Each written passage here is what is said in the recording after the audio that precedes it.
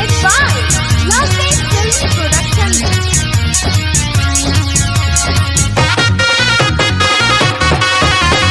DJ विकास रीगा सीतामढ़ी।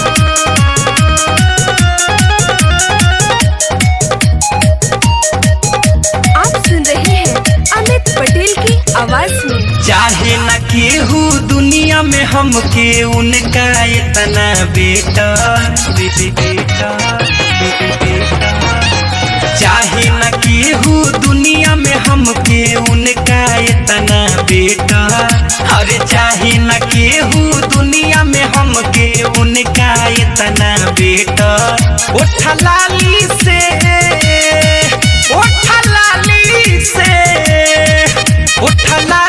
लिख के भेजल है बाड़ी लभर हमर लव लेटर। उठा लाली से लिख के भेजल है बाड़ी लभर हमर लव लेटर।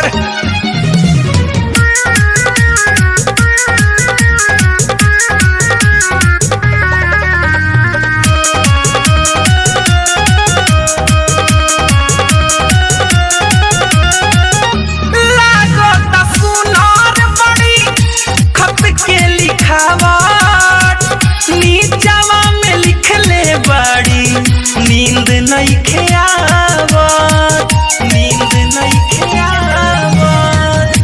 लागत सुनार बड़ी खत के लिखावट। नीचवा में लिखले बाड़ी नींद नहीं खेआवत। मिले ला बाड़ी बेचैन लागत सीरियस बाटे मेटर। मिले ला बाड़ी बेचैन लागता सीरियस बाटे मेटर। उठा लाली से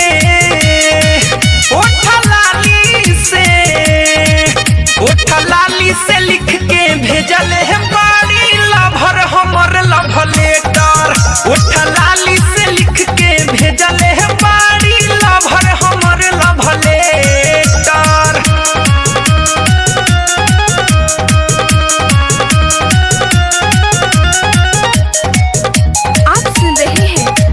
पटेल की आवाज में। ऐसन बयासर कैले उनका पचाहत। देखला से फोटो कहस मिलत नहीं खेराहत, मिलत नहीं खेराहत।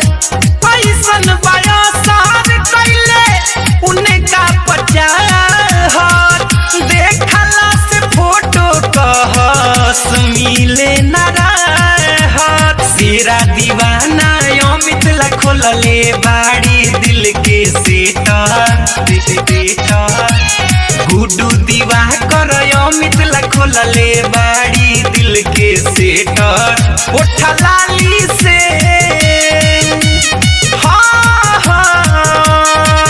उठा लाली से लिख के भेजल है बाड़ी लभर हमर लव लेटर।